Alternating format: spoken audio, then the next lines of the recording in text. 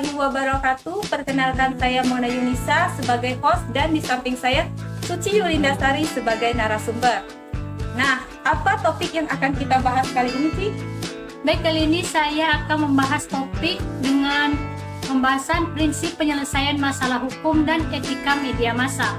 Oke, kalau begitu langsung saja kita ke pembahasannya. Kita akan membahas materi yang pertama, yaitu tanggung jawab media massa. Ya, Suci, bisa dijelaskan seperti apa sih bentuk tanggung jawab media massa itu? Baik, terima kasih. Dalam membangun sistem komunikasi, manusia bertanggung jawab atas perilaku, kelembagaan, serta kebijakan komunikasinya. Nah, oleh karena itu, self-regulation dan self-censorship sebagai upaya self-control atas komunikasi yang dilakukan juga akan berlaku dalam pengolahan media.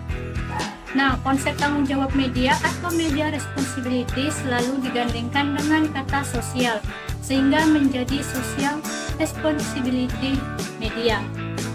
Nah, sistem pers yang sebenarnya menunjukkan konsep tanggung jawab media terhadap dalam sistem pers yang atau sistem media dalam tanggung jawab sosial atau social responsibility.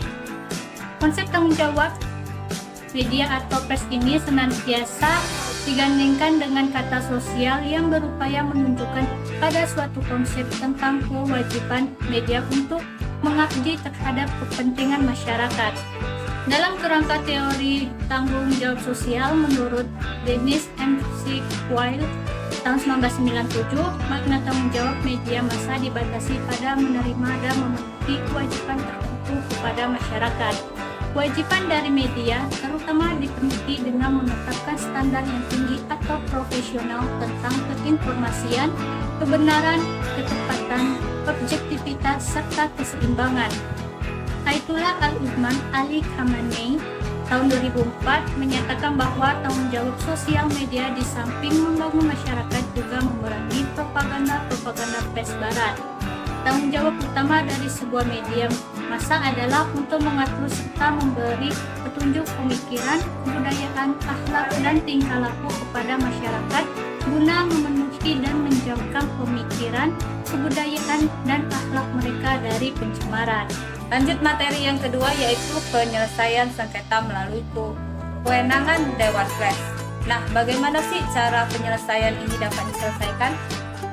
Baik, terima kasih. Ya, sebagaimana dalam Undang-Undang Nomor 40 Tahun 1999 tentang pers, penyelesaian sengketa pers dapat diselesaikan dengan tahapan. Yang pertama itu ada hak wajib yang telah dijelaskan dalam Pasal 5 Ayat 2 Undang-Undang Nomor 40 Tahun 1999 tentang pers, yaitu bahwa pers wajib melayani hak jawab.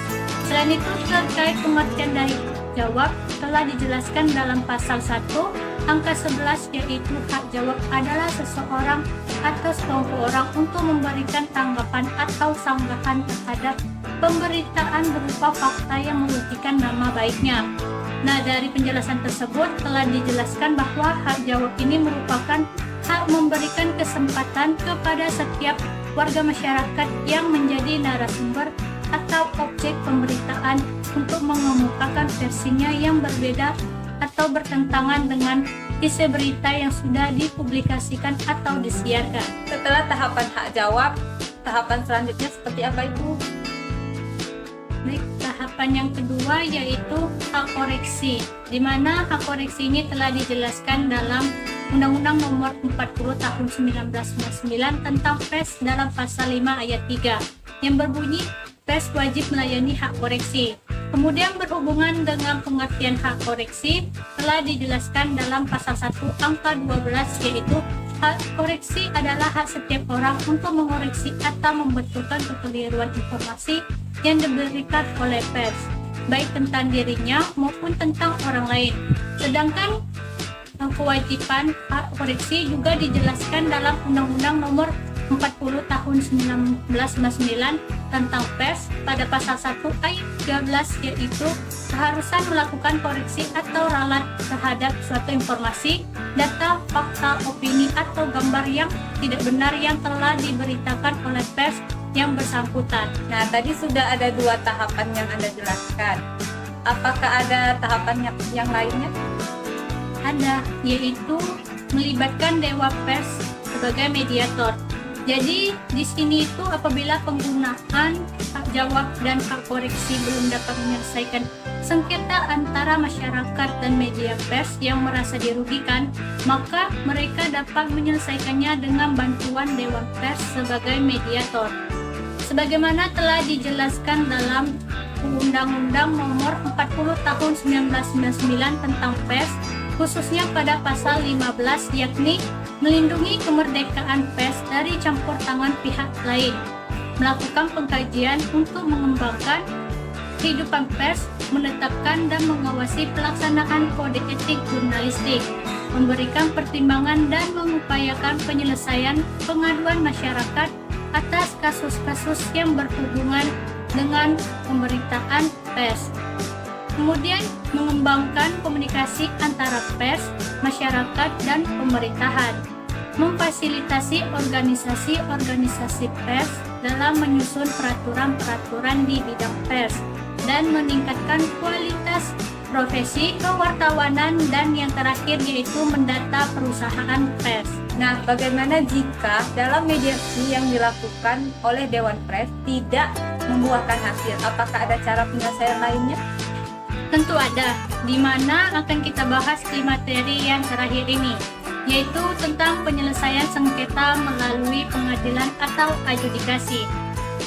Nah, cara ini merupakan cara penyelesaian yang terakhir jika salah satu atau kedua belah pihak merasa tidak puas atas rekomendasi dan putusan Dewan Pers. Jalur pers ini dapat ditempuh melalui pengadilan, di mana jalan ini merupakan jalan yang paling panjang dengan menelan energi dan biaya yang besar.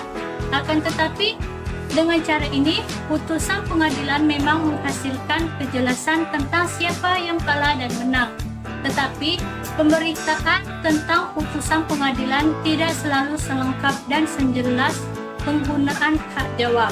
Penyelesaian sengketa melalui adjudikasi ini juga sudah dijelaskan dalam Undang-Undang Nomor 14 Tahun 2008 tentang keterbukaan informasi publik dalam pasal 42 yang berbunyi, penyelesaian sengketa informasi publik melalui adjudikasi non-litigasi oleh Komisi Informasi hanya dapat ditempuh apabila upaya mediasi yang dinyatakan tidak berhasil secara tertulis oleh salah satu atau para pihak yang bersengketa menarik dari perundingan.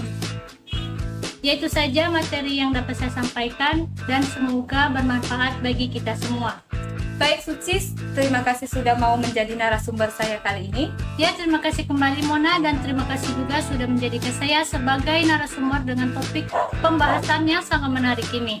Oke semuanya, itu saja pembahasan materi di video ini. Saya Mona dan juga Suci, mohon maaf jika ada kata salah. Saya akhiri, wabillahi taufiq walhidayah, wassalamualaikum warahmatullahi wabarakatuh.